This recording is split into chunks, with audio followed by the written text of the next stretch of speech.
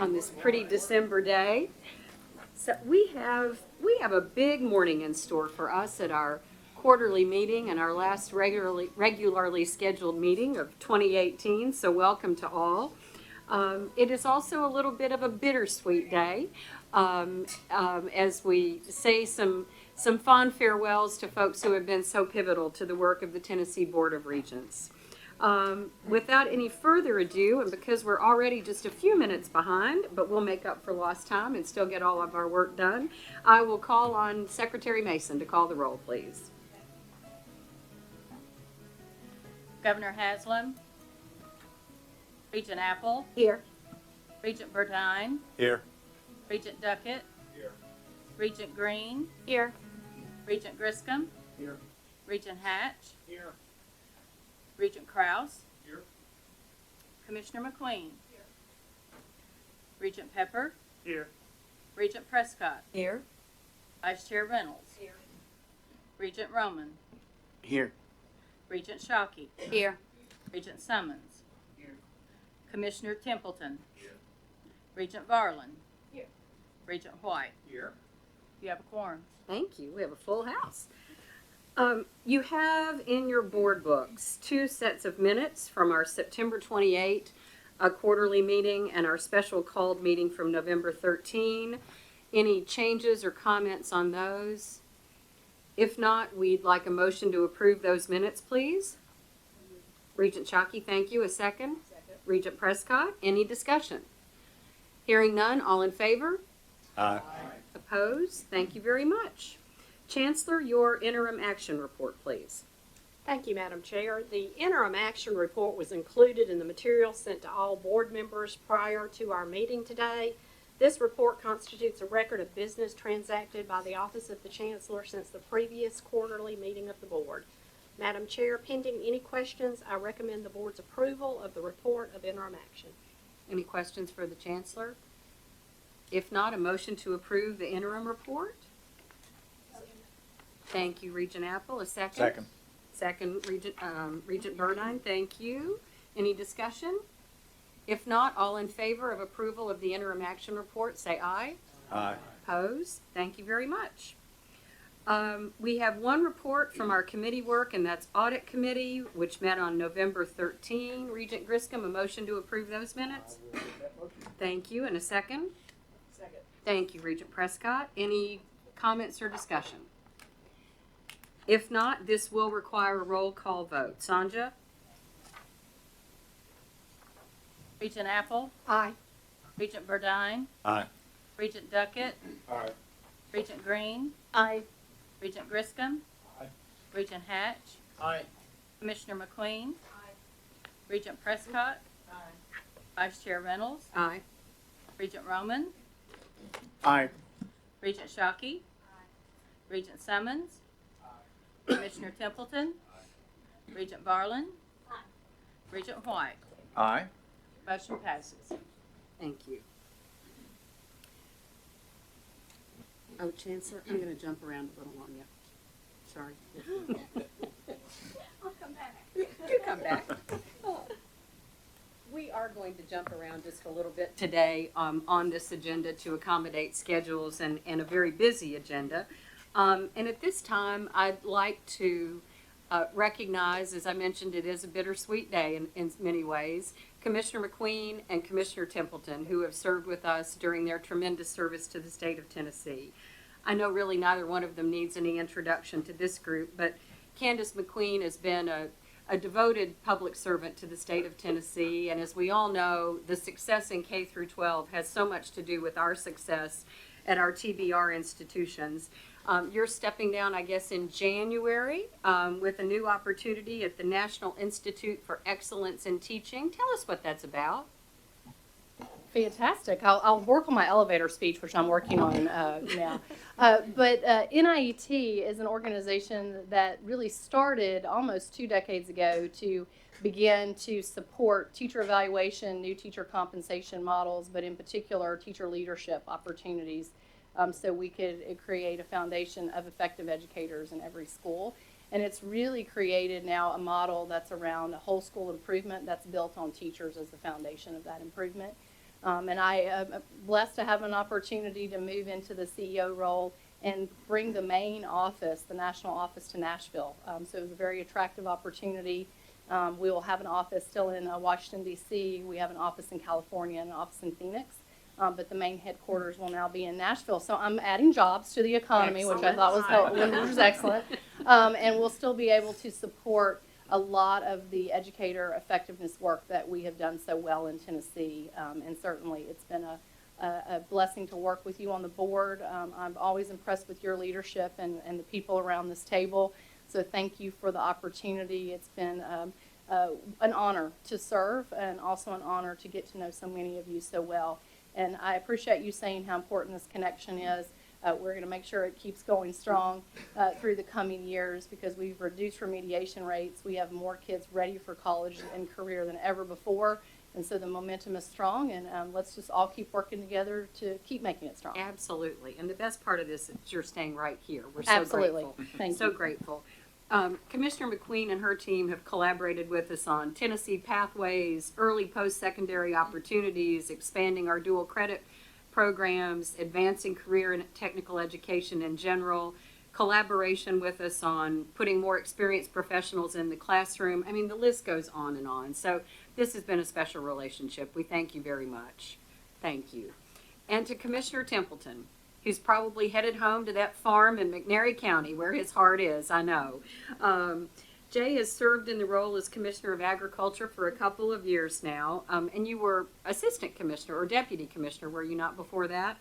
So he's been also a very active supporter of TBR. He's been an advocate for us. You've gone to legislative events and graduations and all kinds of events, and you've been a faithful supporter of this team. In fact, I think later today we'll see a new program at the TCAT Crump in farming operations technology that you had a significant hand in formulating, so we thank you. But tell us about Tell us about your next steps, Jay, and thank you. Well, thank you. It's been a real pleasure to serve with you. You give me more credit. Stephen Milligan would probably contest that you said I had a lot of hand in developing that program. Stephen really did, and I salute him for that. But I do intend on going back.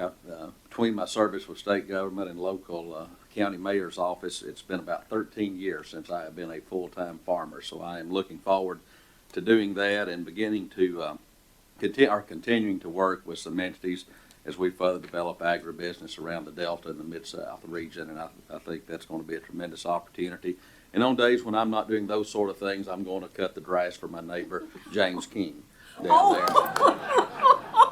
Look forward to it, but I do want to say thank you, Chancellor. I want to especially call out Nathan Garrett, who has been such a wonderful help to us at the Department of Agriculture as we have worked on some specific programs around things related to forestry and agriculture that have been a tremendous boost for individual businesses as well as the industry and the department. And I think a lot of Nathan, and I really appreciate Stephen and the staff there at TCAT Crump for their vision in creating something that's truly needed in Tennessee, and that is how we can better help put together a program and have a good bench, if you will, for farm employees going forward. And I think it's going to be a great win for Tennessee agriculture. Thank you, Chairman, for your service as well. Thank you. It's been a pleasure to work with you in many capacities over the past very many years. I So know. thank you. We haven't aged a bit.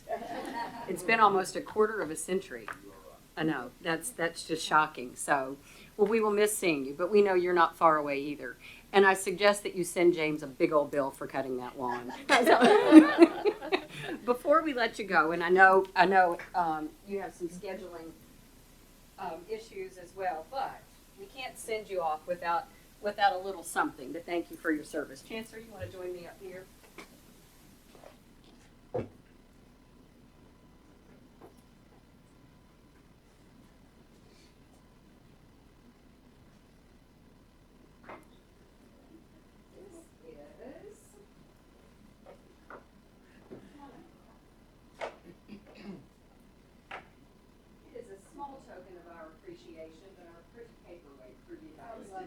With our name on it. With your name on your desk.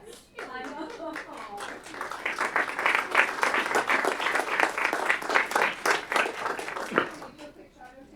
Here, let's get in front of the poinsettias. Still working on getting the holiday spirit.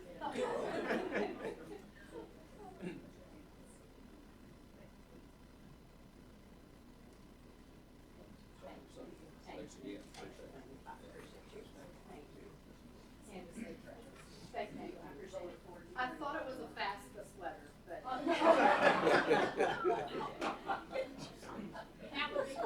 Yeah, I'm waiting for that.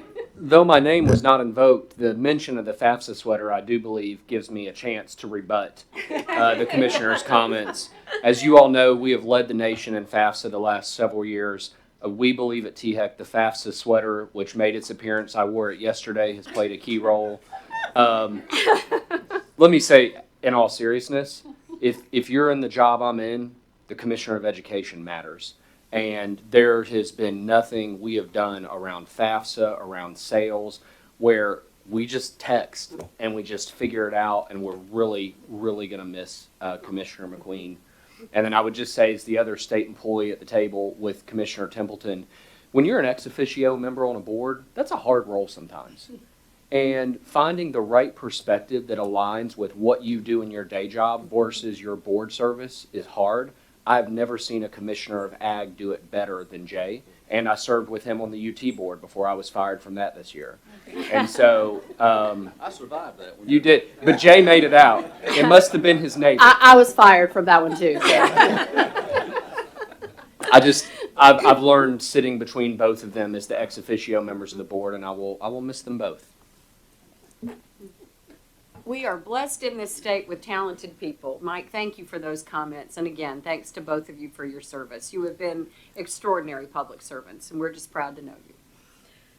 With that, Regent Varlin, we will call on you for our latest Regents Award, please. They even turn on the microphone. It is my pleasure to announce the Tennessee Board of Regents Award for Excellence in Philanthropy is a unique designation. It is only given to the most committed and devoted philanthropists for their support of our institutions throughout the Tennessee Board of Regents system. Today, we are proud to recognize the Gene Haas Foundation with the 2018 Regents Award for Excellence in Philanthropy. Last December, the Gene Haas Foundation was nominated by two college presidents, Dr. Anthony Wise, president of Pellissippi State Community College, and also by Roland Rayner of TCAP Memphis. The generosity of the Gene Haas Foundation and their support of the machine tool program across the state have benefited students and communities alike. Their donations of equipment, scholarships, and a campus expansion are creating the next generation of advanced manufacturing skilled workers. Support for students entering computer numerical control machinist training is what sets Tennessee on the fast track of student success and workforce development. Thank you to the Gene Haas Foundation. Pellissippi State Community College and TCAP Memphis are extremely grateful for the generosity and continued support of the Gene Haas Foundation. The award presentation to the Gene Haas Foundation was made on March 26th at Pellissippi State Community College, and I was honored to be there that day.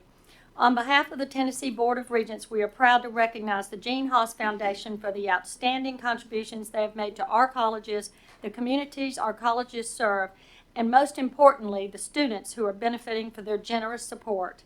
I would like to ask President Anthony Wise, is he here? I didn't see him earlier, and Roland Rayner to step toward the podium for any additional comments. I saw Roland, I hadn't seen Anthony. Yeah.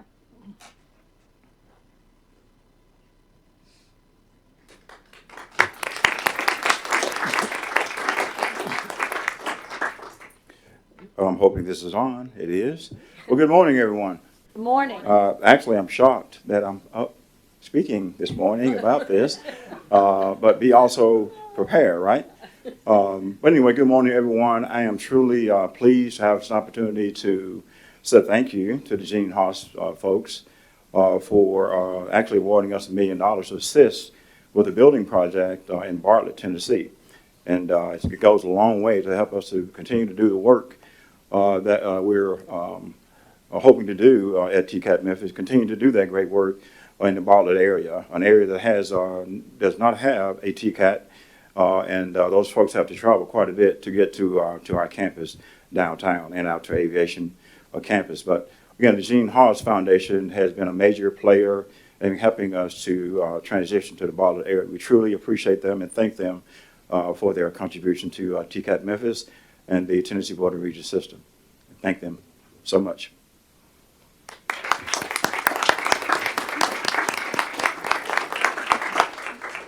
Thank you, President Rayner, and that concludes my report. Thank you, Regent Varlin. Well done. And President Rayner is always prepared. So thank you for those impromptu and excellent comments. And our continued thanks to the Gene Haas Foundation for their tremendous support of TBR. We are now ready for the Chancellor's report. I was so excited. She's been wanting to move for 7 minutes now. Here she comes. I am going to go to the front to do this because I have a lot that I'd like to talk about today. We're doing sort of a year in review, and of course I know that all of this is not really what the Chancellor has done, but what the team at TBR has done. It's not encompassing everything that we've done, but I think it's going to give you a good highlight of what has been accomplished during 2018.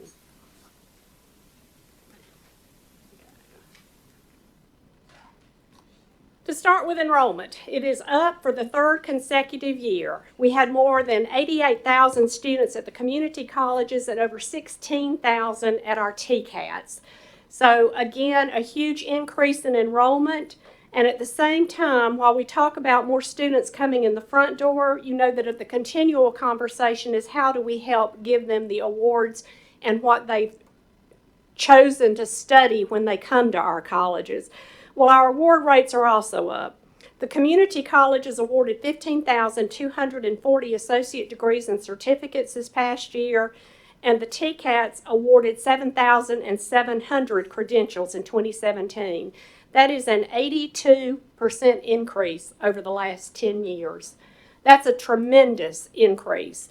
While we've had an increase in enrollment, we've also had an increase in the number of students that are completing their goal and actually graduating from our colleges. The drive to 55, you heard the governor challenge us to increase our numbers, and that's because every year we have been exceeding our goals since 2013. So this year, when the governor met with both our community college and our TCAP presidents, they agreed to increase that roll by 25% so that we will exceed this goal even sooner than in the year 2025. Right now, if we stay on trajectory, we are 2 years ahead of schedule. By increasing that goal by 25%, we anticipate that we will reach that goal in the next 2 years. We are again going through a tuition increase, but it is the second lowest tuition increase in 27 years. I think that bears saying to each of you again. You voted on that increase, but I think it's important for you to realize that we have kept that to the second lowest increase for the past 27 years. 2.7 at our community colleges and 3% at our TCATs. Tennessee Reconnect successfully launched this year, and if you remember, THEC estimated in our early look at this that we thought we'd have about 7,000 applications for Tennessee Reconnect. But you've all read in the paper, you know what our numbers are. We ended up with over 35,000 applications and 14,000 students enrolled in our community and technical colleges. That pushed our adult enrollment up 17%, and this is the first increase we've had in adult enrollment since the Great Recession. So again, a tremendous thanks to our governor, to our legislators, and to THEC for making this happen. It's made a difference in our colleges and in the lives of our students. Tennessee Promise, again, we know this story. We know what a difference this is making every year. Our graduation rates for that first cohort, or our success rate, is 52.2% for that very first cohort group. The fourth cohort of students are now completing their first college semester. We'll be able to start giving you results from that second group beginning in this next year. And Columbia University, the study that they put out finding that the TBR system is the furthest along of any community college system in implementing guided pathways to bolster student success, was a huge event for us. This is something to be celebrated. Out of all 50 states in the nation, Tennessee is leading the pack in guided pathways, in retention, and in graduation numbers. Our sales program, in combination with our K-12 partners, is a huge part of this.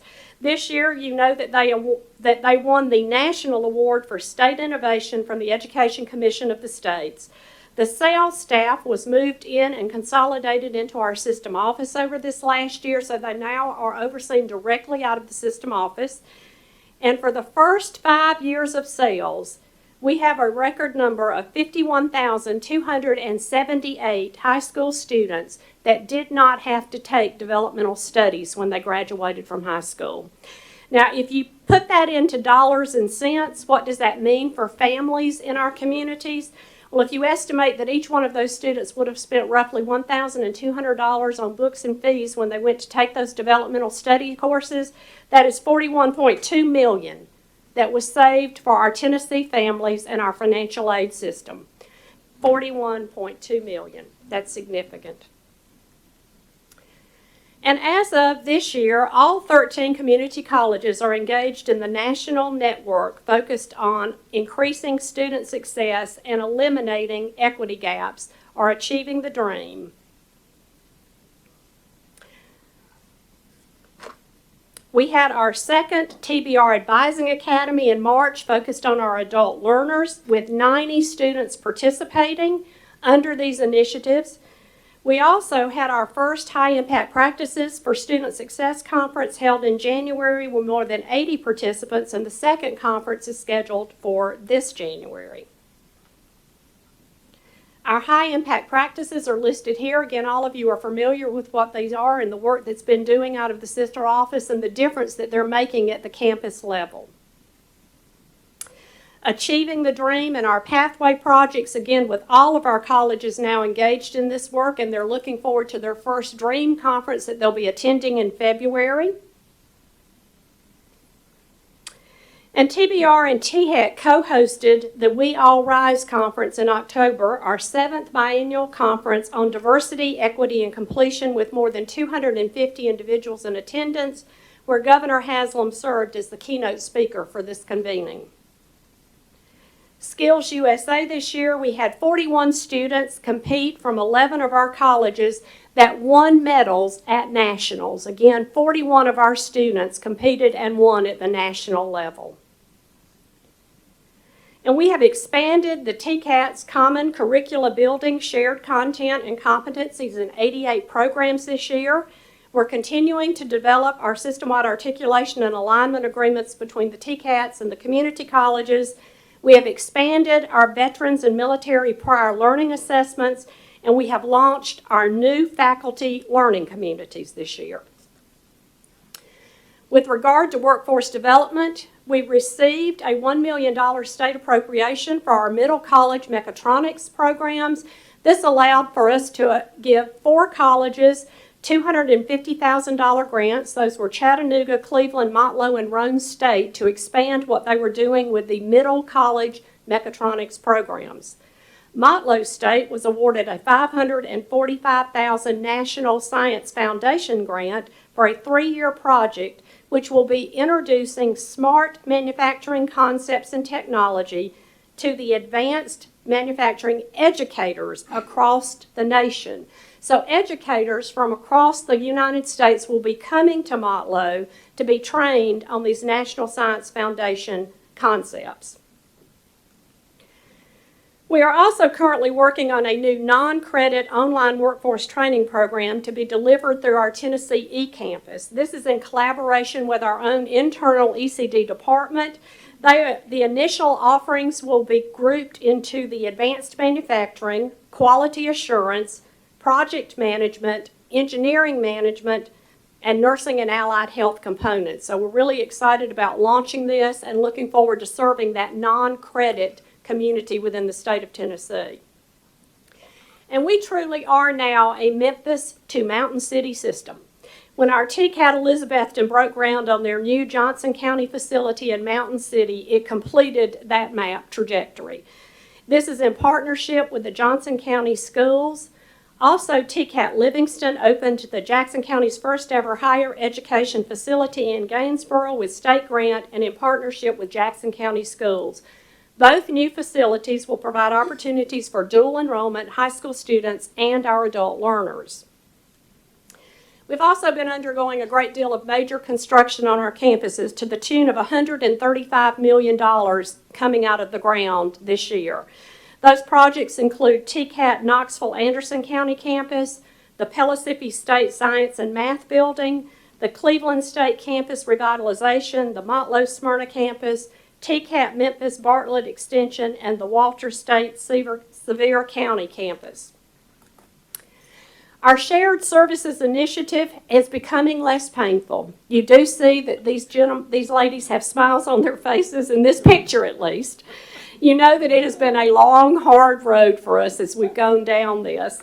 The initiative is well underway. The service center established has gotten their staff up and running, and many of the business function operations are now being done at the central office level. TCAT Finance, HR, Payroll, Accounts Payable, Purchasing, and Contracts are centralized in the new service center. The TCAT online student application system has now been fully implemented, where TCAT students and prospective students are now able to apply and follow their application process in Banner. This is the first time they've ever been able to do this at the TCAT level. And soon they'll be able to check their student accounts and financial aid online and send and receive campus emails. These are functions that our community colleges have been doing for many years. The TCATs have never had this capacity, so we are truly excited about this being online. And if you doubted for any minute that we were not making a difference in the economy of the state of Tennessee, I think $1.06 billion says a lot. This is the amount that was determined by the new economic impact study by the Center for Economic Research, concluded that this is the difference we make in the state of Tennessee on an annual basis. The number of jobs that we created as a direct impact of this system were 9,950 over this past year. Again, that's a significant impact on the state of Tennessee and our economic engine. We are also working and looking hard at our succession planning for our agency, for our system, for our colleges. TBR partnered this year with the Tennessee Department of Human Services with their Lead Tennessee training program to help develop our bench strength of future leaders and interagency leadership exposure. 7 TBR system and campus staff were selected to be a part of Lead Tennessee this year. They've just started in the program. We're extremely proud of this fact. And also our 14th group of Maxine Smith Fellows began their process in October. You see before you the 10 future leaders from the Maxine Smith Fellows program. We've also been undergoing our completion visits to all campuses.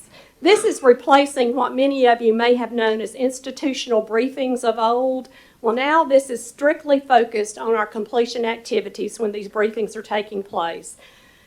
Out of those briefings, we're getting a lot of great feedback about what is happening on each one of the campuses, and they're doing their new completion plans and turning those in for the next year. So strategic planning is taking place with regard to retention and completion.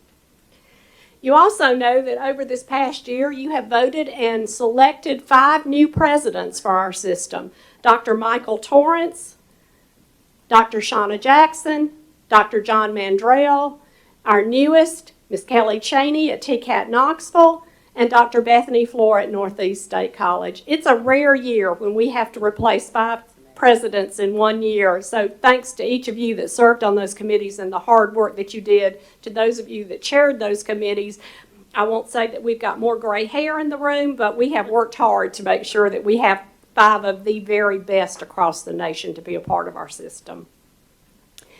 We have also started a new pilot program with Digital Engagement Initiative for textbooks. This is designed to offer digital course materials to all students on day 1 of class at a significantly reduced cost.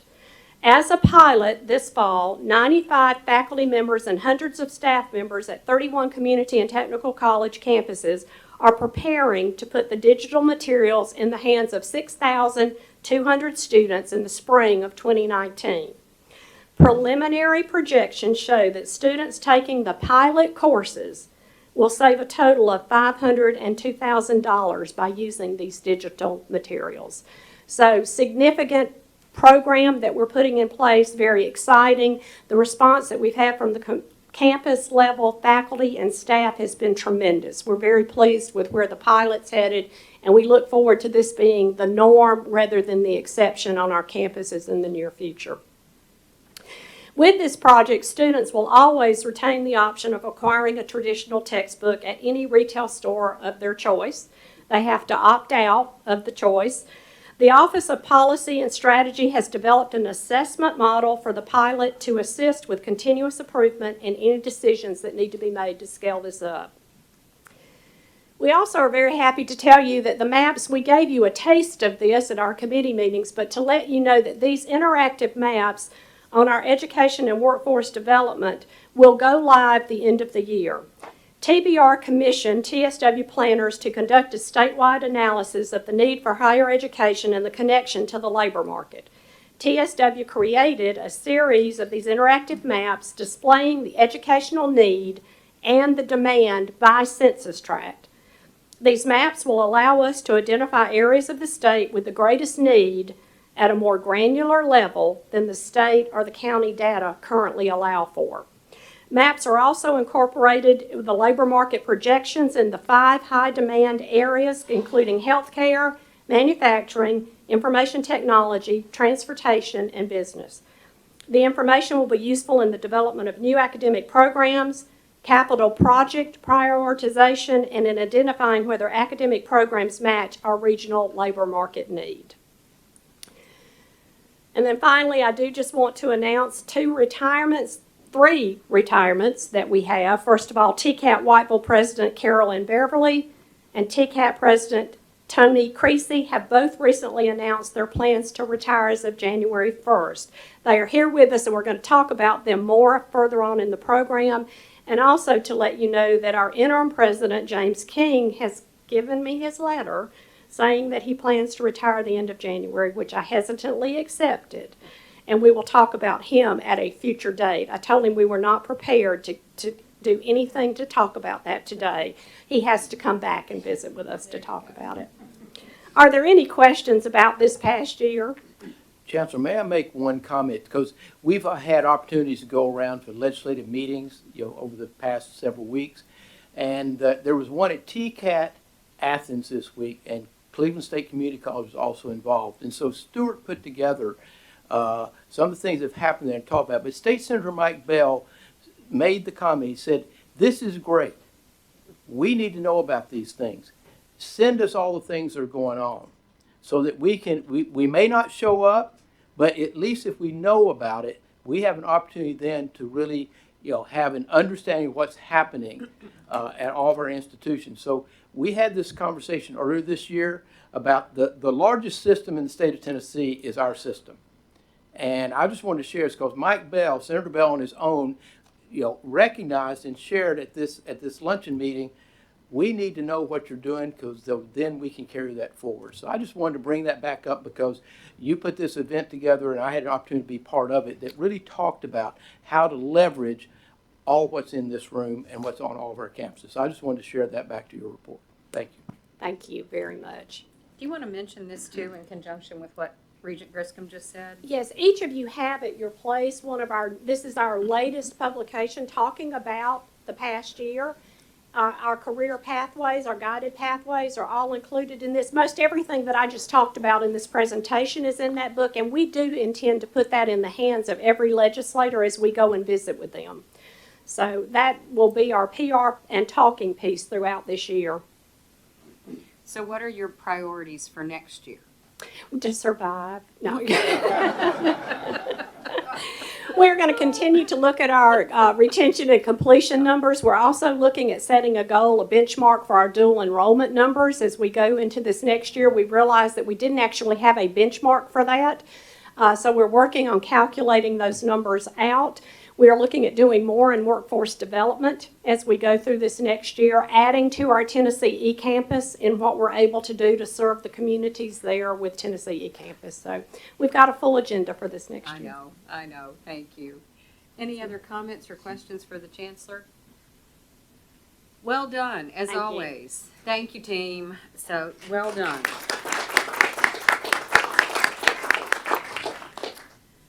We do not have any unfinished business to come before the board at this time, so we will move into new business and our consent agenda, which is in our books as well. We have about 9 items on that consent agenda. I will not read them all to you. Most of them we discussed at our committee meetings in November. We could table any item if there is a particular concern. And if not, we'll be looking for a motion to approve that consent agenda. Thank you, Regent Griscom. A second? Second. Thank you, Regent White. A second. Any further discussion? Hearing none, all in favor of approving today's consent agenda, please say aye. Aye. Opposed? Thank you very much.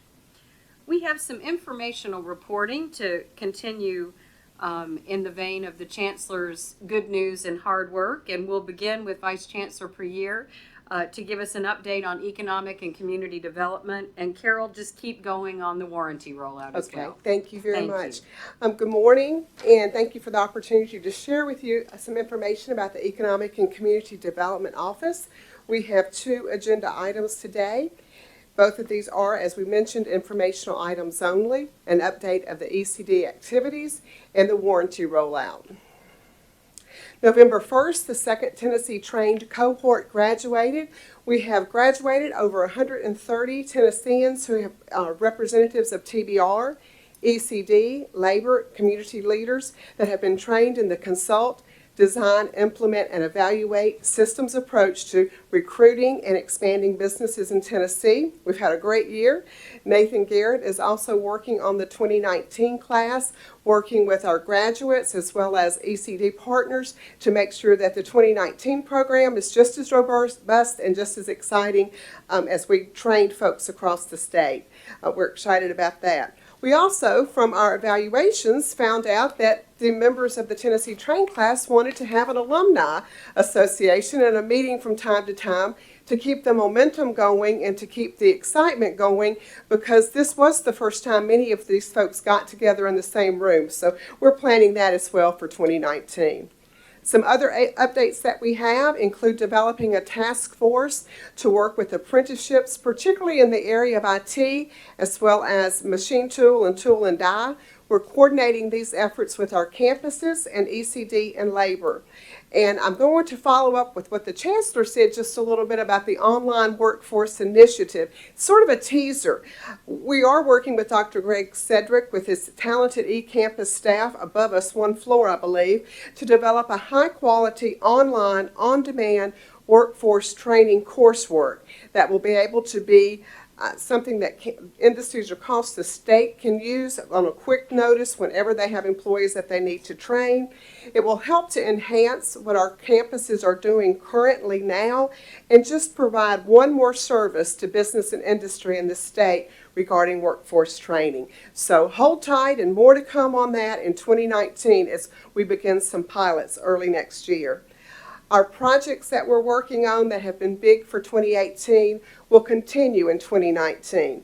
The Oshkosh, the Van Holes, the Tysons, and then certainly with the announcement of Amazon as well. So those will keep us busy on through the next few years. I would like to recognize TCAP Morristown and Knoxville. They are providing training for Oshkosh employees, particularly in the area of welding currently. Morristown has completed 2 courses with the employees, and I'm happy to say that they have 100% pass rate on the final project that they're having to do for Oshkosh. And saying that is just so simple and so easy, but what those employees have had to do is really hard work, and have those wells are x-rayed and really are checking those students out. And I'm happy to say that Jerry Young and Chris Edmondson and Cody at Morristown have had 100% pass rate. So they've raised the bar for TCAT Knoxville, and we're excited to see what's going on there. TCAT Knoxville's training is happening at the Anderson County campus. They will have a 216-hour class starting in January, and they are in their second week of their 96-hour program that they're having. And honestly, I could talk for days about all the workforce and successful projects that are going across the state in the workforce areas. I could talk about TCAT Memphis, I could talk about Southwest, Columbia State, Volunteer State, TCAT Murfreesboro, TCAT Chattanooga, and all the others and what they're doing. But I can tell you, because I don't want to keep you here till Easter, I will tell you that good things are happening across the state, and you should be very proud of the workforce divisions that are working hard to make sure that Tennesseans are prepared for the jobs ahead. So thanks to all of those folks. The next update has to do with our warranty program. As you know, a year ago, this board passed the TBR warranty policy, and it went into effect this September of 2018. And as we review and take a look at that, we want to just review just quickly, it is our commitment to the quality of education. It's a guarantee of the competencies as identified in the curriculum. It applies just to technical programs, and the person who gets to redeem that is an employer who has hired one of our graduates. The warranty is good for 1 year, and it did start this fall.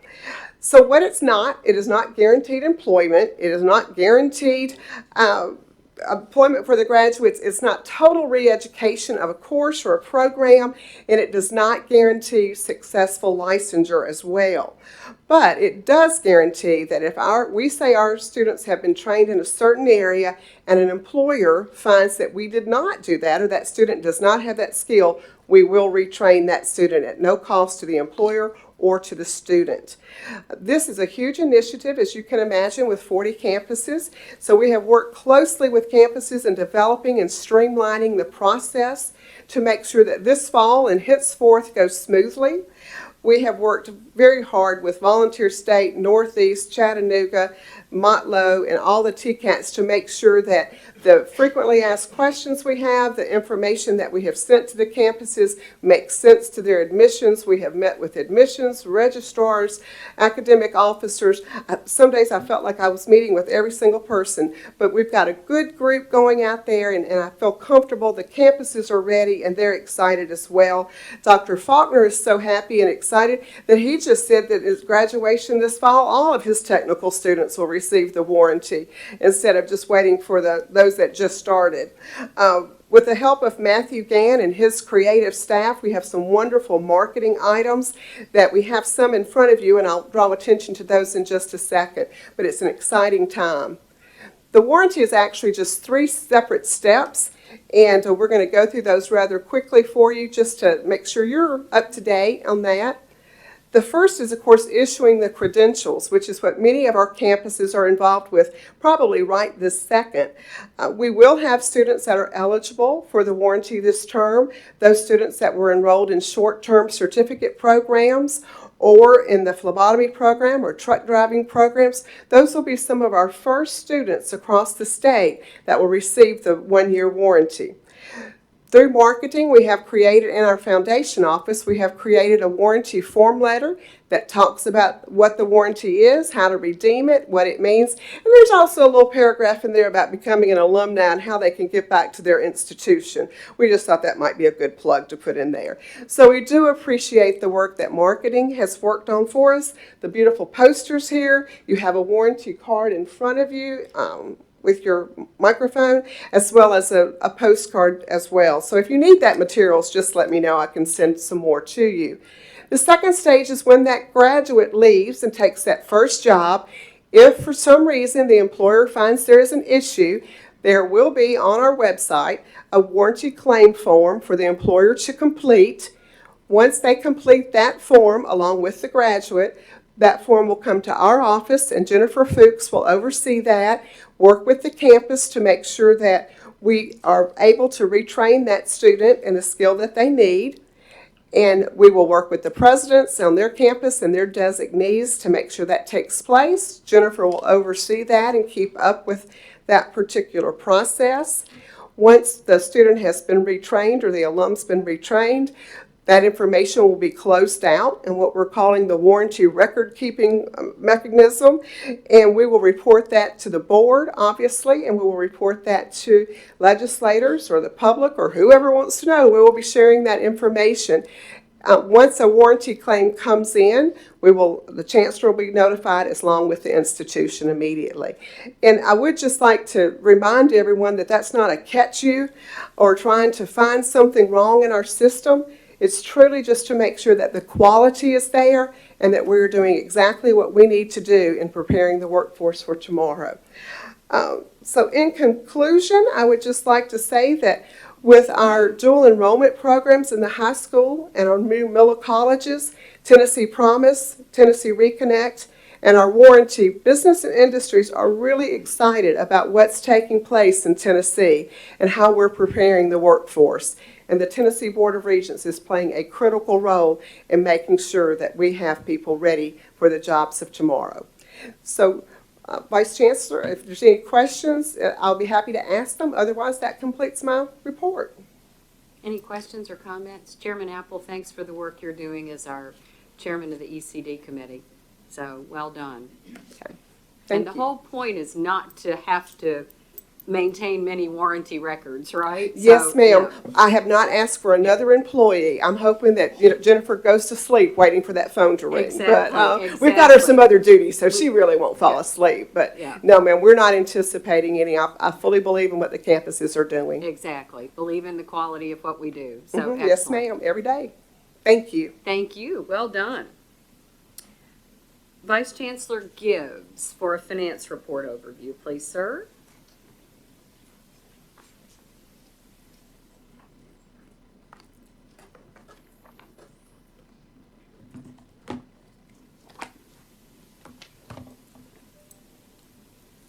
Thank you, Madam Chairman and members. For those of you that were at the committee chairs meeting last month, you heard me talk about the challenges the state experienced this year in getting all of the information that was needed to us in order for our campuses to prepare their financial statements for this year.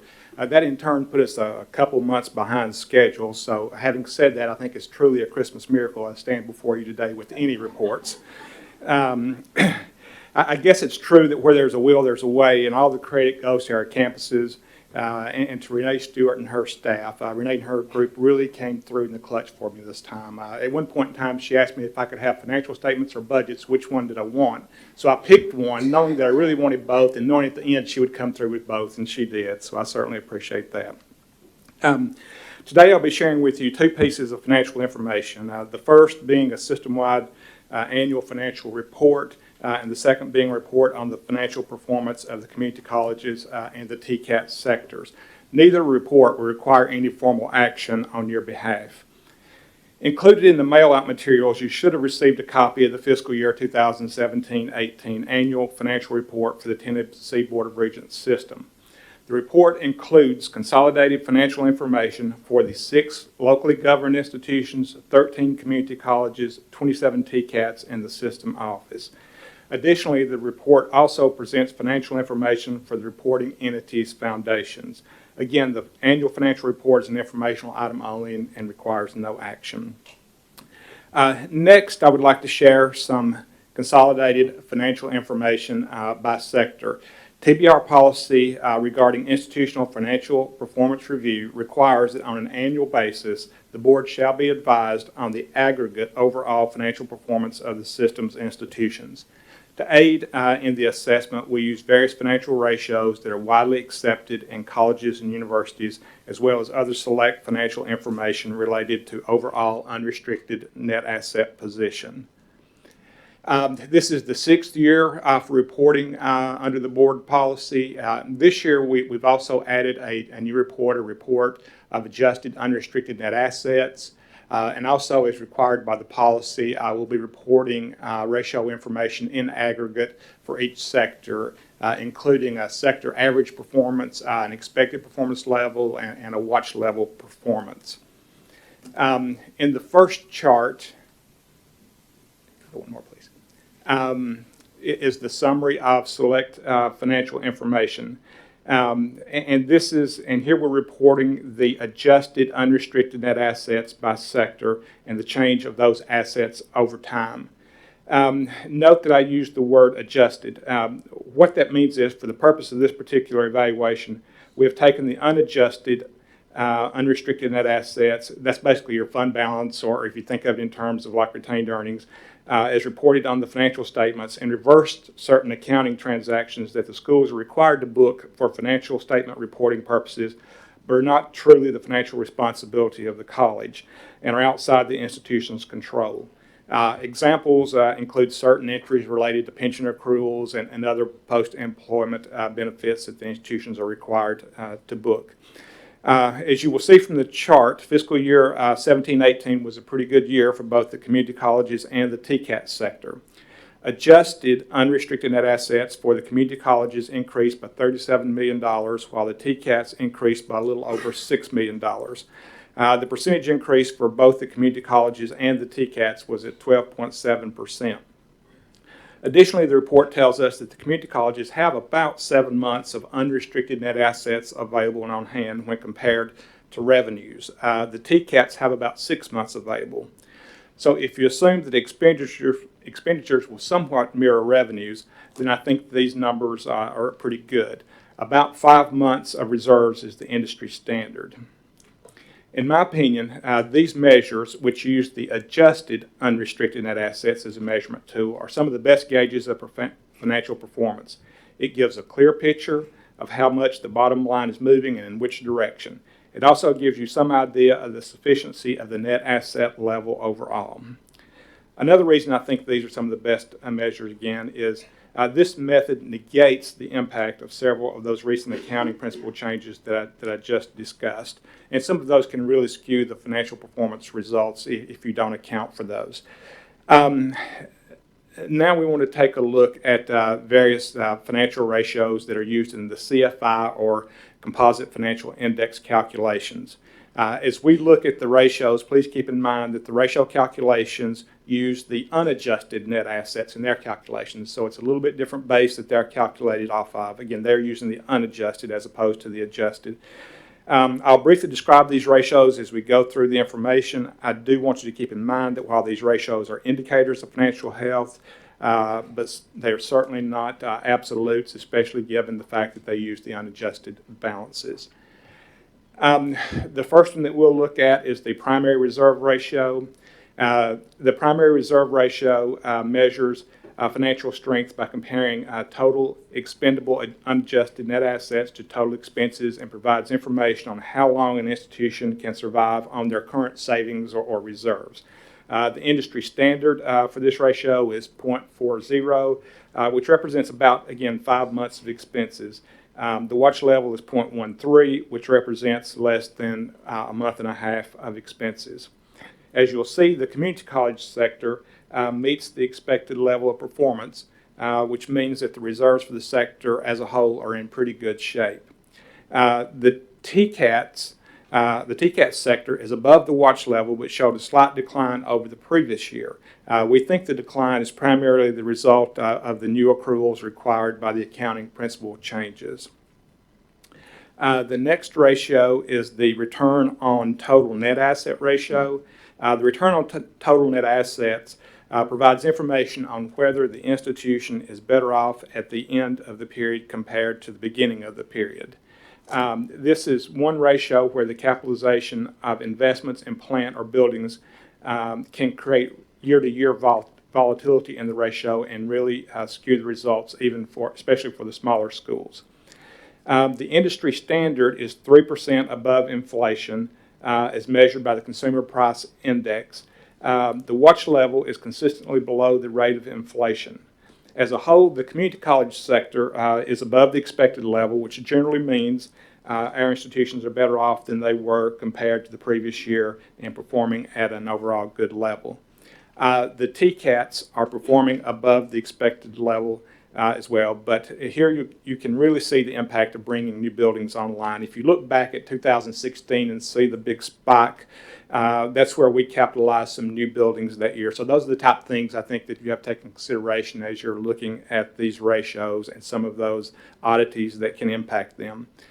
Our next ratio is the net operating revenue ratio. The net operating revenue ratio indicates an operating surplus or deficit and is similar to a profit margin and provides information on whether an institution is living within available resources.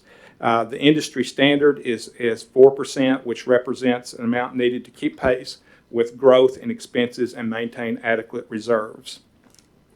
The watch level is consistently below zero. A deficit in a single year, though, doesn't necessarily indicate a problem, but deficits over several years may be a cause for concern.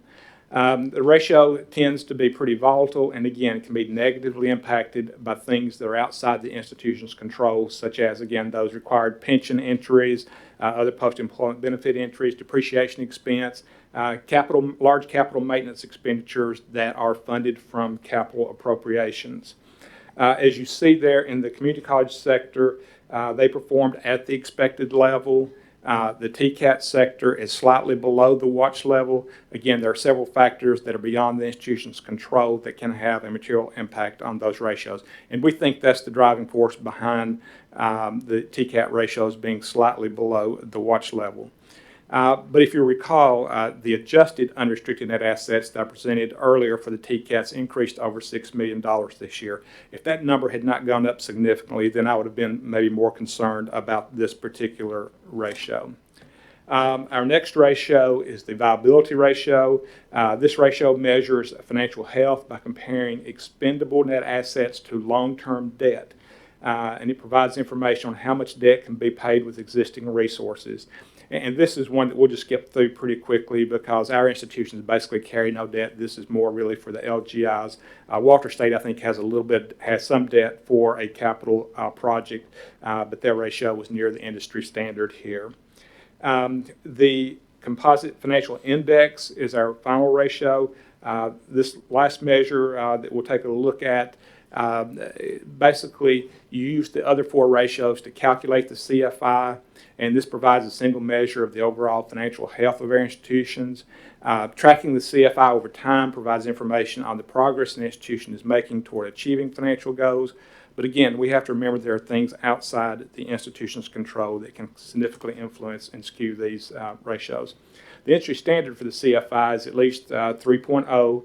At this level, an institution is considered relatively financially healthy. The watch level is a CFI of 1.0 or less. For the community college sector, the performance is right on the expected level, which would indicate the sector as a whole, again, is doing fairly well. For the TCATs, the performance is above the watch level, but again, I think this is another case where you can see the material impact of some of those activities and transactions, such as the capitalization of buildings. Again, you can still see the spike in 2016 even impacts this ratio. Therefore, we think that these entries, again, are probably the reason for the slight decline in 2018 for the TCATs. The last slide just provides you with a few general observations about our schools. So in conclusion, I presented you with information consolidated at the sector level for the community colleges and TCATs. At your table, you will find a handout that provides the same information for the individual schools within each of our 40 schools. Again, you have that information. Recall that I discussed some of this information at the committee chairs meeting, and for time's sake, I'll not be able to cover the detailed information for all 40 schools with you today.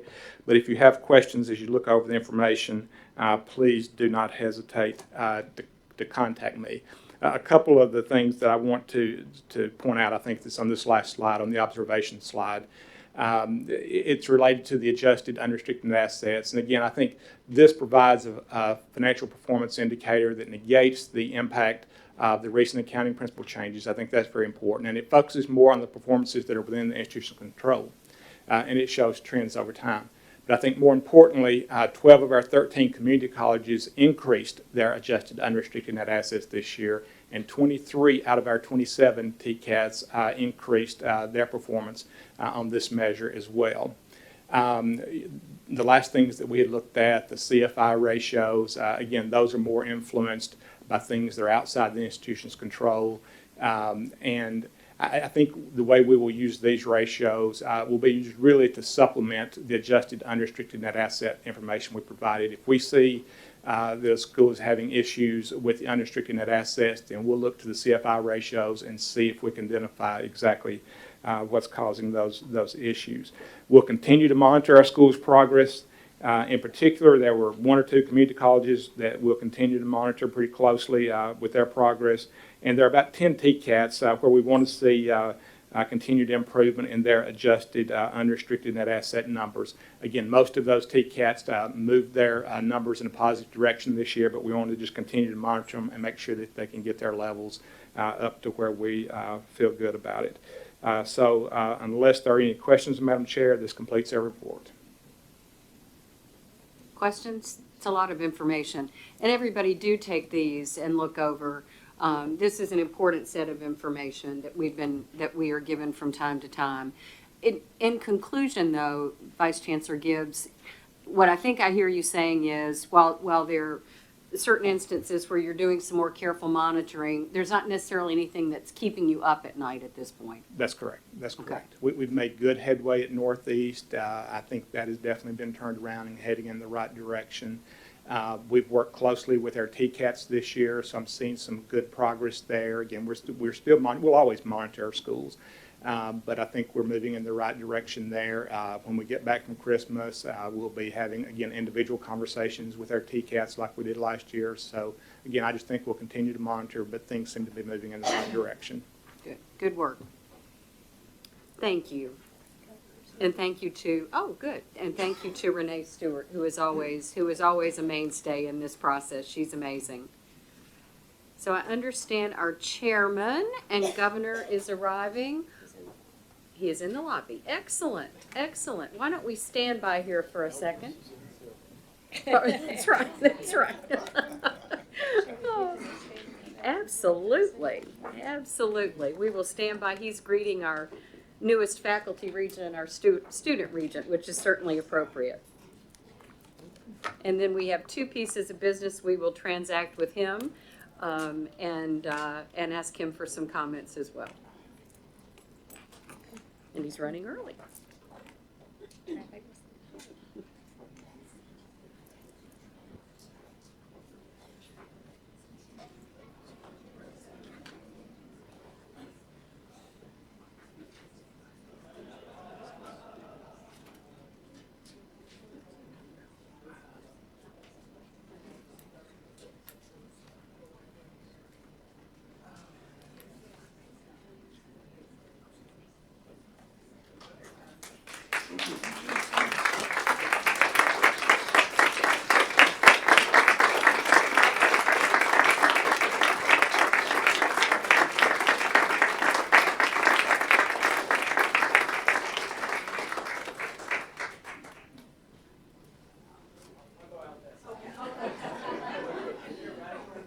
That'll work. Welcome. Thank you. I'm Thank glad to be you. here. Thank you. We'll let you get situated, and with your permission, Chairman and Governor Haslam, You seem to have done fairly well without no. me.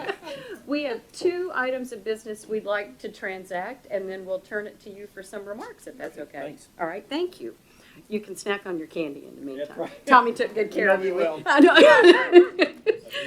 Chancellor, I'd like to call on you for a special opportunity we have this morning. Thank you, Madam Vice Chair, and Chairman, we are so glad to have you here with us today, Governor Haslam. We do have something very special that we would like to transact today, and that is the naming of a new building. It is my pleasure to bring before this board the naming request that President John Mandrell and Nissan North America and the TCAT Murfreesboro Naming Committee submitted to me, naming the training center the Bill Haslam Center in honor of Governor Bill Haslam.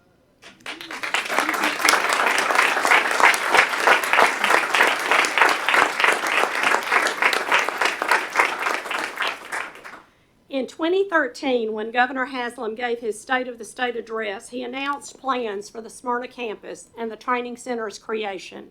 The center's concept came about because Nissan North America needed to expand, requiring an additional 3,000 jobs in Middle Tennessee over a 4-year period. And TCAT Murfreesboro had an extensive waiting list of program candidates ready to be trained. Governor Haslam knew what to do, and more importantly, he knew how to do it. He, under his leadership and his strategic guidance, the partnership with Nissan grew stronger. Commitments were made from local businesses and industry to expand and to train this workforce. Our business leaders, our state and local officials joined forces to help make this campus a reality, and the legislature appropriated a $35 million request to build the training center. The Smyrna campus became a high-demand program for the 10-county service area. These programs produce qualified skill production workers such as our CNC programmers, our electrical and mechanical technicians, machinists, and our other craftspeople, plus our business and support personnel. The Smyrna campus opened in 2016, and in 16-17 academic year, it showed a 31% enrollment increase. The Smyrna campus hosts evening courses, dual enrollment programs, and serves as a regional industry training center for companies throughout Tennessee. Because of Governor Haslam's vision for this project, the Smyrna campus is what it is today, a shining example of a successful private-public partnership. For our governor, who brought this project to fruition, turned the first spade of dirt, and officially opened this campus with a ribbon cutting, I am honored to recommend that the Smyrna Campus Training Center be named the Bill Haslam Center. Vice Chair Reynolds. Thank you very much. I believe this requires an action by the board. This recommendation to name the Smyrna campus in honor of our governor. And with that, I would love to hear a motion to approve the Chancellor's recommendation. So move. A second? Second. The amen chorus here. All in favor, say aye. Aye. Opposed? Thank you very much. John Mandrell, one of the new and shining stars in our system, Governor, who joined us this past year. John will now make some additional comments about the campus, and we have our friend from Nissan, Dan Caldwell, with us as well. Welcome. Thank you and good morning. On behalf of TCAT and Nissan, it is with great honor and pride that we bring this proposal today. Oftentimes at our campus, when we give tours, which are several times a day, I'll say, the conversation begins with the idea of this project, and then Governor Haslam igniting that idea and putting a chain of events in motion to see this vision come to life. Governor Haslam's steadfast commitment to advancing career and technical education in the Murfreesboro and Smyrna communities was instrumental in the creation of the Smyrna campus and the Nissan Training Center. His responsiveness and collaboration has advanced not only our community locally, but statewide. The center has become an epicenter of collaboration, I'll say, all things education, all things advancing our mission as public servants in education. Most recently, we've brought approximately 2,000 to 3,000 K-12 students through the center. Every hour, it feels like another school bus pulls up, and we have this sort of positive panic, like, who's got that school bus? Whose event is this? And we're so thrilled by that. Most recently, we held an event called Experience TCAT, which was essentially an open house community event, and it was packed. Tomorrow, we're hosting an event called The Amazing Shake for elementary school students. If you're not familiar with that, look it up. It's really neat. So a lot going on there, and this naming is also appropriate due to Governor Haslam's vision and work towards the Drive to 55 and the many other initiatives throughout the state that we're all driving towards daily. Additionally, the committee and the campus community, which consisted of TCAT, TBR, and Nissan employees, were unanimous in this recommendation. So I have to say, Carol mentioned earlier about speaking till Easter about the history of the center, and Dan as well. They both give phenomenal tours, and the persistence and the stories that went into this project are just incredible.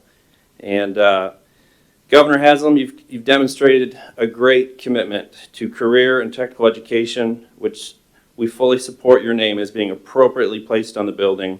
And thank you for being a long advocate of education and workforce development. Thank you again for making a dream, a vision, and this vision a reality. Thank you very much again to the very Honorable Governor Bill Haslam. At this time, I'd like to turn it over to my partner at our facility, Dan Caldwell, Senior Manager of Nissan. All right, thank you, John. Governor, I've heard you say in response to a question, if you were to be entering into a third term, what would you do to impact post-secondary education? I've heard you say that you would really lean into K-12. And John has mentioned some of the events, and I just want to highlight one of the events that we recently had in October. It was a Junior Achievement STEM Summit. And one of the activities, of many activities that the kids did, was to actually operate the industrial robots, the real robots that we use to build cars and SUVs. And that was a real kind of joint effort event. I had one of my trainers, 4 of John's students, operating the robots and helping the students. And I just want to share with you some feedback from a 7th grader. She sent us a thank you note. Her name's Stella Phelps from Stewart's Creek Middle School, 7th grader. And she says, robotics was her favorite activity because, and I quote, someone there told me I was good at it and it made my day. So it's just so rewarding to have this facility that we can use to not only expose these K-12 students to potential careers, but actually to build their confidence. And Governor, we're so thankful for your investment and your commitment. And John and I consider it a real responsibility and an honor to be good stewards of that facility. And that is our goal going forward. And we're certainly proud and thankful to name it in your honor. Thank you, Dan. Well said.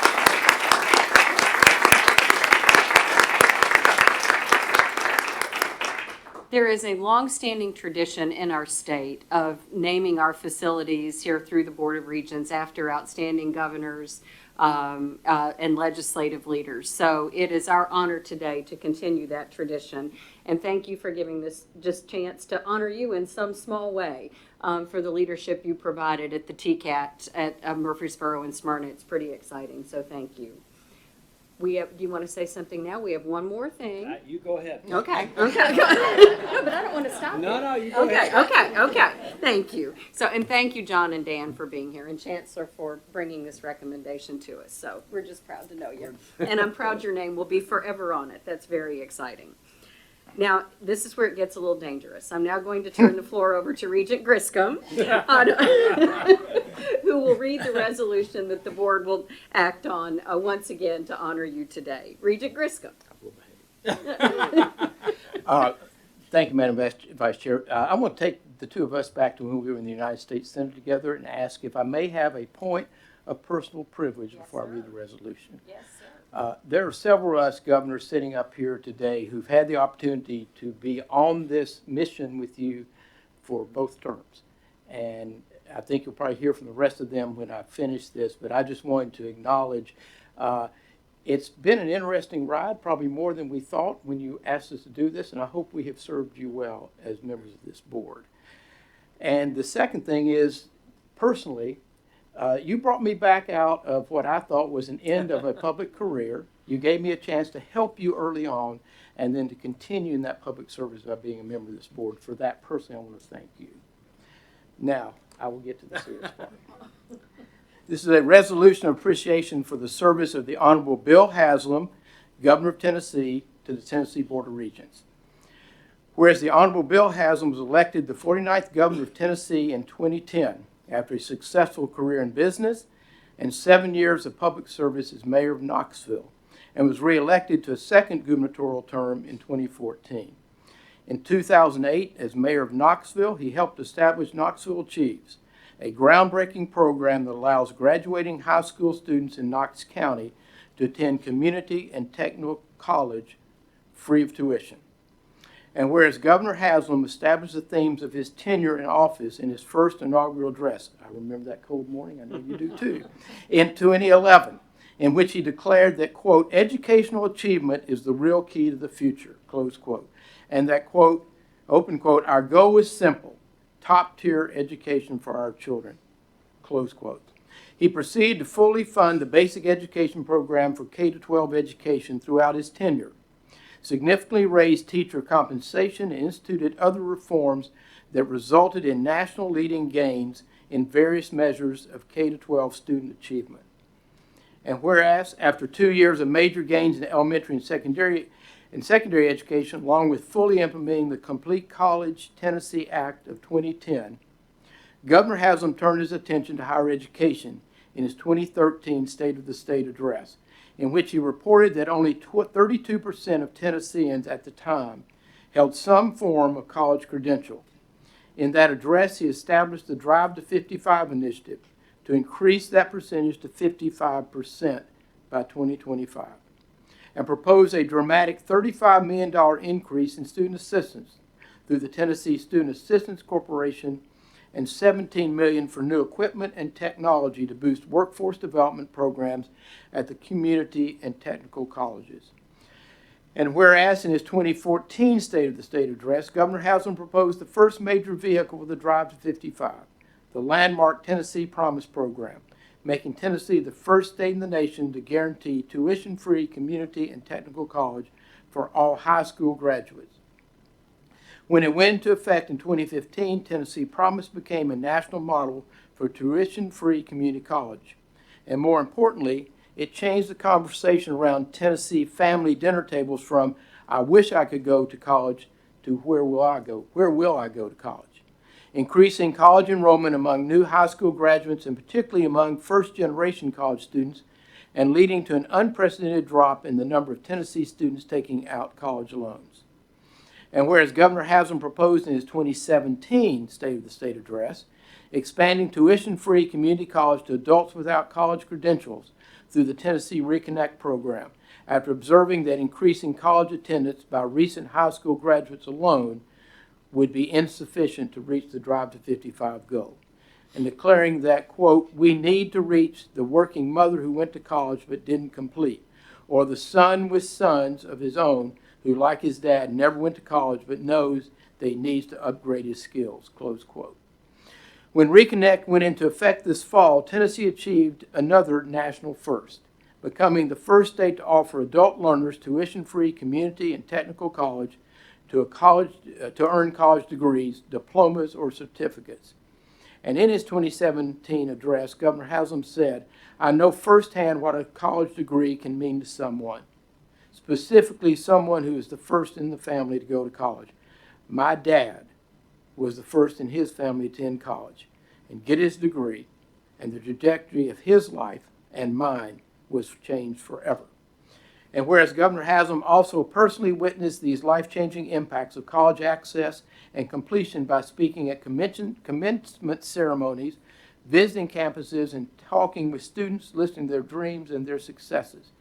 And whereas in addition to his unprecedented improvements in student financial aid and landmark college access program, Governor Haslam's leadership has provided major capital improvements to public college and university campuses across the state, including new and renovated classroom buildings and new equipment and technology to boost student learning.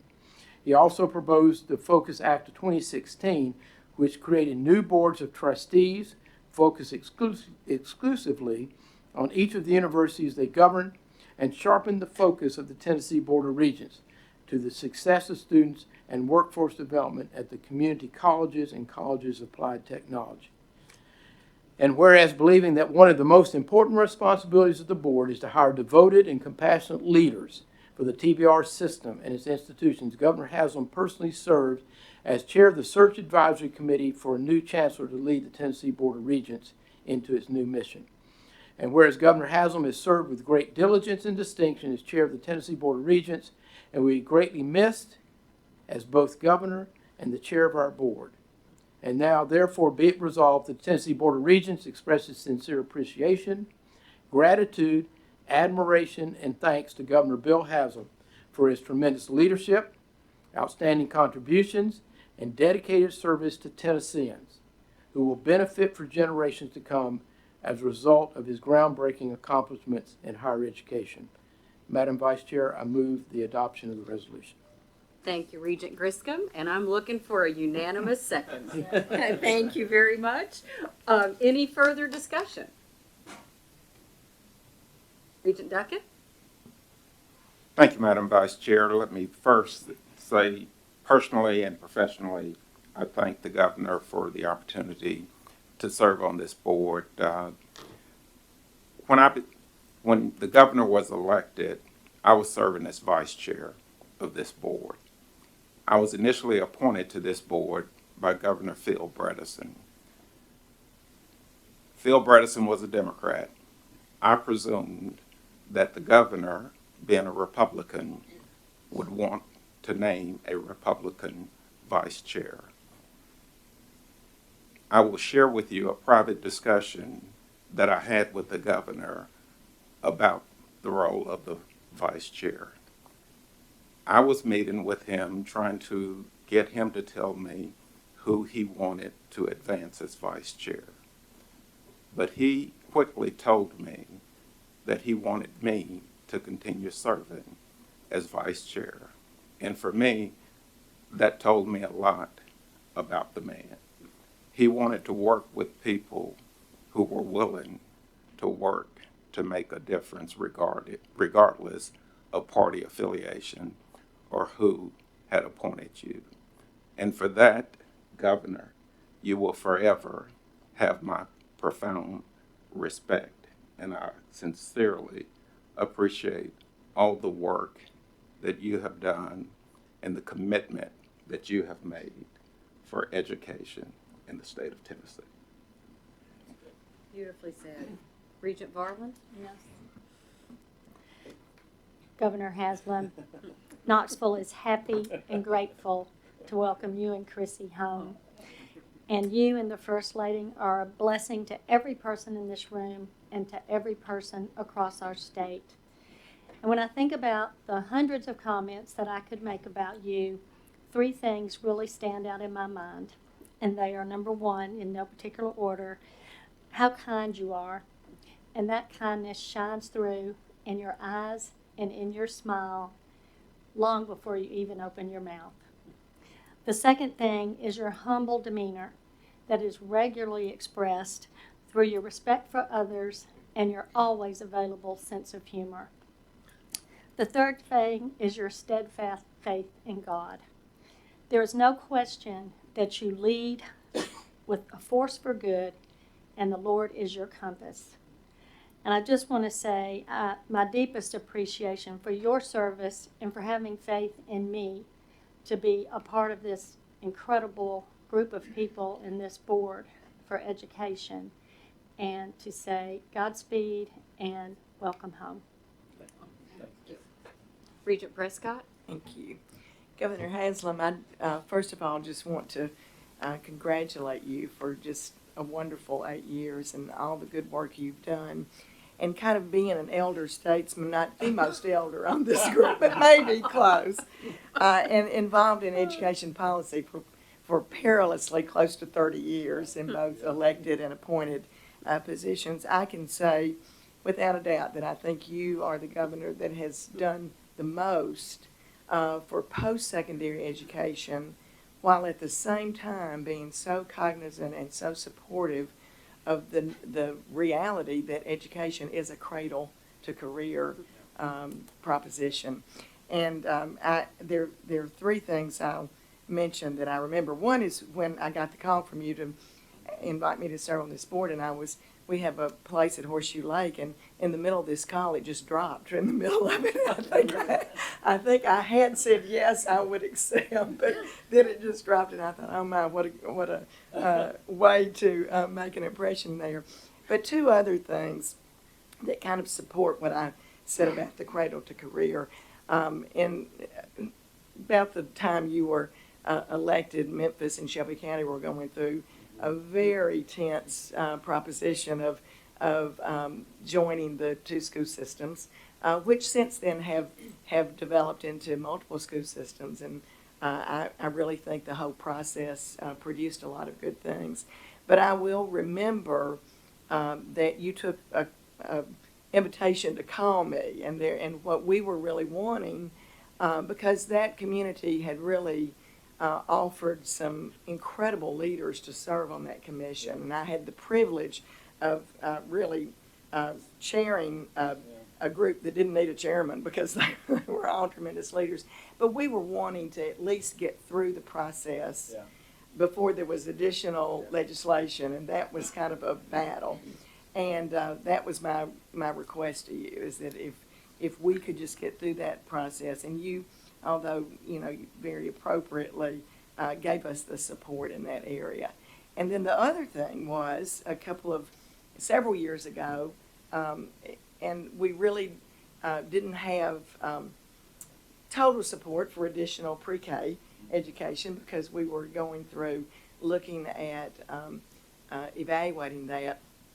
The folks in Memphis, and at that time I was serving as chairing a nonprofit policy board. We figured out the right person to talk to, but what we wanted was to just have the opportunity to apply for a federal grant. And we partnered with Nashville, which I thought was an incredibly wonderful thing. And I don't know if you just thought we wouldn't win it or if you or what, but you gave us the comfort to work together and to do that. And we did get that grant that produced $60 million over a period of time. So those are two ways while you were, in my estimation, really elevating the spectrum of post-secondary education, and particularly the community colleges and the technical colleges. You also never lost sight of the importance of this cradle to career. And I'm very grateful to you and just wish you the very best and hope we see you again. In another capacity. Regent Burdine? Thank you. Governor, watching you and working with you these last 8 years reminds me of a conversation I had with my father, and I hope you'll appreciate this because I know how much you love and respect and appreciate your father. And I asked my dad, I said, Dad, why did you give so much of yourself? Why did you dedicate so many resources? Why did you give so much time helping others? And he said something I'll never forget. He said, I'm selfish. I said, that makes no sense. And his response was, I got more than I gave. I got more than I gave. Never forgot that. So I've watched you, and I know that you've gotten more than you've given. I'll close by saying that Regent Griscom left one thing out in all of his whereases. There was a bunch of them. You, sir, are a good man. Thank you. Regent Apple? So my first contact with you was by voicemail, where I pick up my messages and it says, well, hi, Mary Lou, this is Bill Haslam. I'm going like, right, Bill Haslam's calling me and leaving me a voicemail. It was you, and it was like, you were so kind, and you go, when it's convenient, could you call me back? Like this, more I'm thinking, this is not really the governor, but it was, and you gave me the opportunity to serve with this wonderful group of people. One of the things I want to mention is when I think about you, I think of several of the same things you did. But my mom always said, actions speak louder than words. And to you, to me, you've always been a man of integrity and faith, but your actions really spoke about the man you really are. It's been a pleasure to work and know you. I was wondering when you were going to call me back. Regent White? I'd just like to say I've known this guy since we were about 8 or 9 years old. Oh, And gosh, I had no idea. it's pretty cool to be here personally. But yeah, you know, none of us would be sitting around this table if we didn't have the educational opportunity that we did. And none of us would want to sit around this table if we didn't want to see others have that opportunity. So it's, you know, it's important to all of us, and that's why we're here. And to have the support that you have provided just makes it all that much more enriching. So God bless you. Oh, not yet. Gotta take a final action here. Oh, me. If there is no further discussion, we do need to take a voice vote on this. All in favor of the resolution honoring this great governor, please say aye. Aye. Thank you very much. Governor, this is indeed your board. There's a lot of love and affection here. And with that, I will let you speak. Well, thank you all, and it is. I looked around, and I appreciate every one of you has said yes when we reached out and asked you, and I realize that that there's a lot that comes with it, but you also have to take your share of, first of all, it's a lot of time. You take your share of arrows at times when folks don't agree with what you do, and you might be thinking it'd be easier just to have stayed running my own business or whatever, but I am incredibly grateful. I was thinking as you were talking, it's sort of ironic that a guy that went to a private liberal arts college as a history major fell in love with what TBR does. But I really have, and it's a lot of it, it's really for 2 or 3 reasons. One, it is so critical to what we do as a state that I'm trying to, I'm at that part where you're leaving, everybody's saying, well, what have you learned and all that, and what you've learned is all this is connected. I kind of ran for governor saying I'm going to focus on education and jobs and running the state in the, in the right way fiscally. And then you kind of figure out all those things are incredibly tied together. And I can't, we've had pretty good job growth success in Tennessee for a lot of reasons. But one of them is the assistance that these institutions have provided and the promise that these institutions have provided. I can't tell you what a game changer it is. I always say, I wish all the presidents could come with me when I'm out recruiting around the world, and you would see like, hey, what we're doing really, really matters. You get to see the product, the student, but I kind of get to see the need writ large, and it's critical to what we do. So the first reason that I fall in love with this is because it's so important to the overall mission.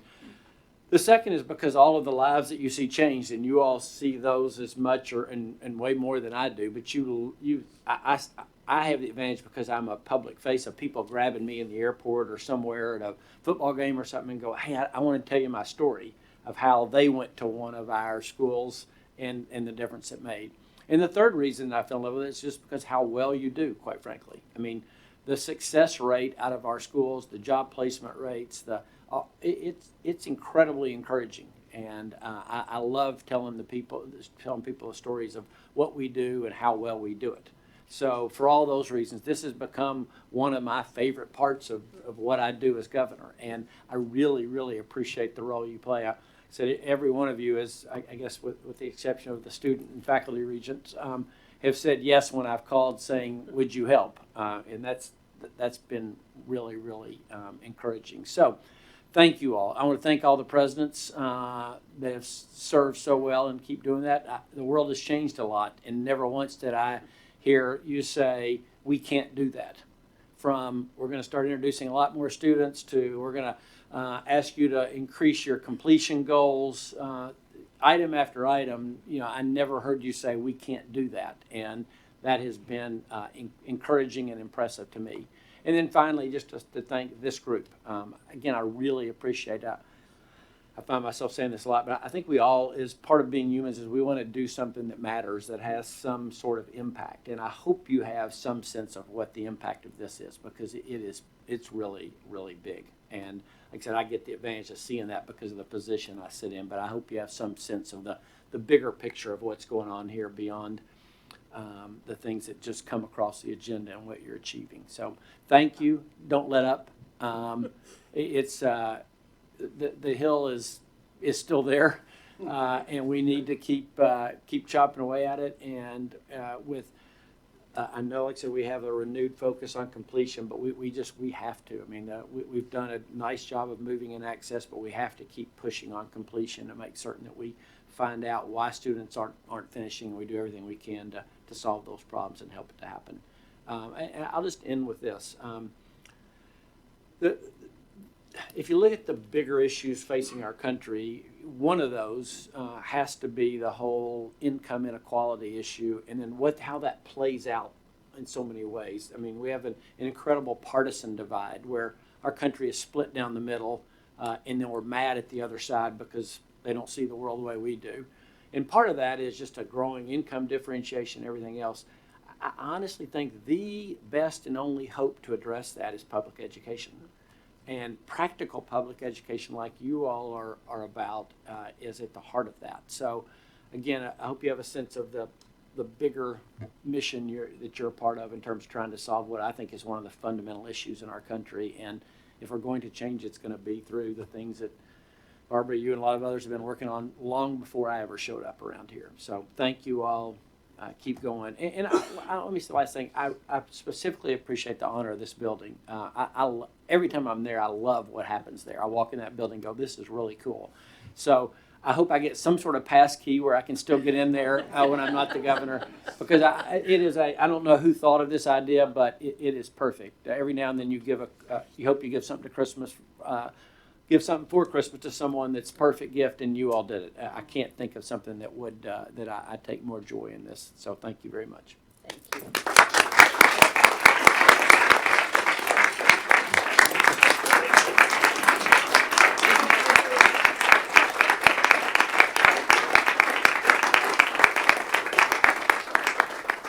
If you show up at Smyrna, I have a feeling John might have a positive panic attack. Oh, I got a key. Oh, you got a key. That's excellent. That's excellent. We didn't think to get you a key, but we will. Just in case you missed any of those whereas clauses, here's a copy of this for you to take, just in case, from the board. And we have for wherever you next make your home at your desk, our paperweight. Oh, that's awesome. For Thank your you. service, yes. So it's a pretty thing. And we gave Commissioner Templeton and Commissioner McQueen one earlier today as well. So Commissioner Templeton's moving to the farm, so this will be on a tractor somewhere. Thank you all very much. It has been an incredible honor to get to work with you all, and I mean that. So thank you very, very much. it is our honor, friend. Thank you. I'm gonna take my hand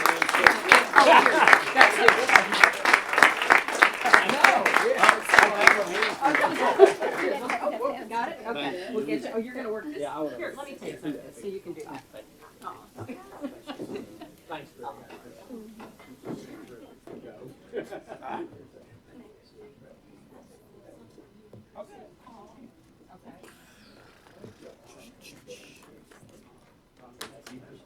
We have been friends for a long time. I didn't know that either. I think that's pretty cool.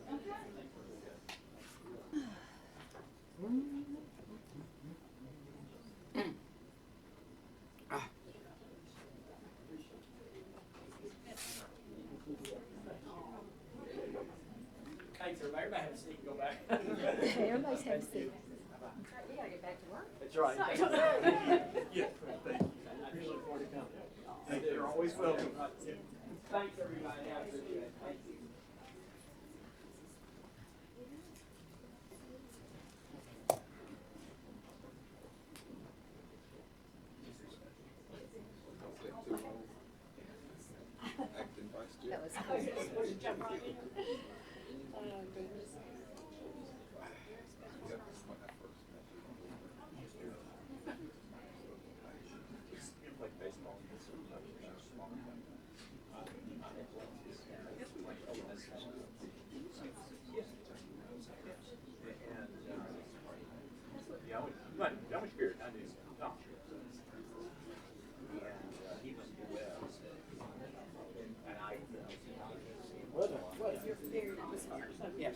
That was cool. Thanks, everybody. That was pretty special. And he has either appointed or reappointed every one of us on this board. And I think not only is he still working, right? I mean, as I know, because I was at both meetings where we set new goals for both our TCATs and our community colleges. I mean, he is still pushing us to take that hill, but his appreciation for what this system does for the state and the notion that it is all connected is pretty humbling to play a small role in the continued growth and development and healthy economy that's in Tennessee. We will miss him, but he won't be far. So, and Danny will know how to find him at home in Knoxville. That's right, that's right. So well done, everyone. Thank you for your comments and for all your help with this. All right, in the Haslam spirit, let's get back to work. Where did we, let me turn some pages here.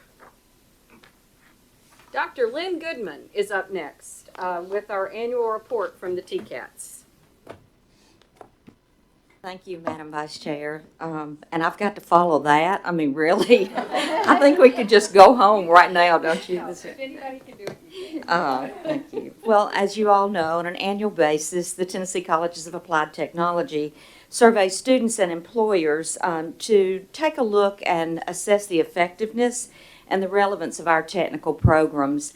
The document that you have in front of you, just as informational purpose, will sort of support the details that the Chancellor gave you earlier this morning about the placement information on the students during the 16-17 year. We surveyed, like I said, both students and employers, and I'm happy to report that we had a 96% rate, a satisfactory rate of the different fields that we surveyed for the students as well as for the employers. Now, 96% is great, but that actually means 4% of our students and our employers were not exactly thrilled with some of the things we're doing. So this might be an opportunity for us to follow up with those employers and say, what was it that we didn't do well? I'm not sure we've ever done that before. This might be an opportunity for us to take a look at what we might not be doing so well. Otherwise, Carol, you may have some warranty calls. I'm not sure. It all ties together. It seems to be coming together greatly. But there were approximately 7,400 graduates during the 16-17 year. Of that number, 6,444 took jobs in their field, which is an 88% rate, which is just phenomenal in my opinion. I bring to you this document this morning, the supporting detail with the alumni survey, with the employer survey, and then with the total number of results for the placements inside this document. I'm happy to answer any questions. I was hoping for this year we would be far enough along in Banner that this would be an activity that is done through our Banner system. Right now it is still a manual activity of absolutely emailing or snail mailing our employers and our students and saying, how are we doing? And we should be able to automate that in Banner this next year. So I hope we have more numbers and a better document for you next year. Any questions? Yeah, I do have just one thought or question, particularly with this warranty going forward. Think about, and this is for you guys to decide, but maybe we add a question with employers around awareness about the warranty or if they've had occasion to use the warranty, just, it will kind of help build awareness and give us some additional feedback. I don't know exactly what the question would be sitting here this morning, but I think we may want to think about incorporating it in some way. That's a great idea. The entire survey will be rewritten next year as we put it into Banner. So I'll make a note and make sure that we include that, Okay. Vice Chair. Anybody Any other else have questions? anything for Lynn? Okay, thank you so much. We appreciate you. And with Tony's upcoming retirement, Dr. Goodman's going to do some double duty for us as well and take over as the interim president of Pulaski after the first of the year. So we are very grateful for her service and commitment. Thank you. Vice Chancellor McCormick, let's talk about, as we move into a new year and a governor-elect and a new legislative session and many new state legislators, talk to us about our priorities and also our Yes. advancement report, please. I would be glad to. Thank you, Chair Reynolds, Chancellor, members of the board. At this time, I would like to address 3 initiatives within the Office of External Affairs, and our team has been very hard at work, as you all know. In the first item I would like to bring to your attention is our final list of 2019 legislative priorities.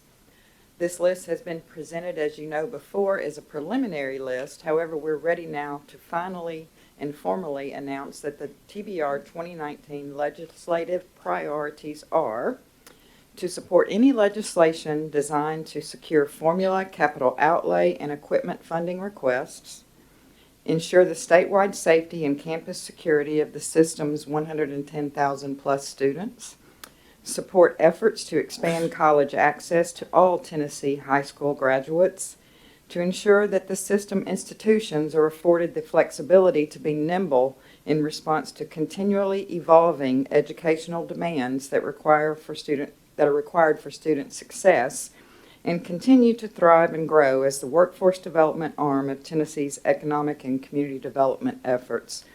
As we did last session, we internally hold bill review every Thursday. Mary Moody, as our general counsel, is invaluable in those meetings, and our government relations staff and people from other departments here at the central office, all involved. And we're able to track specific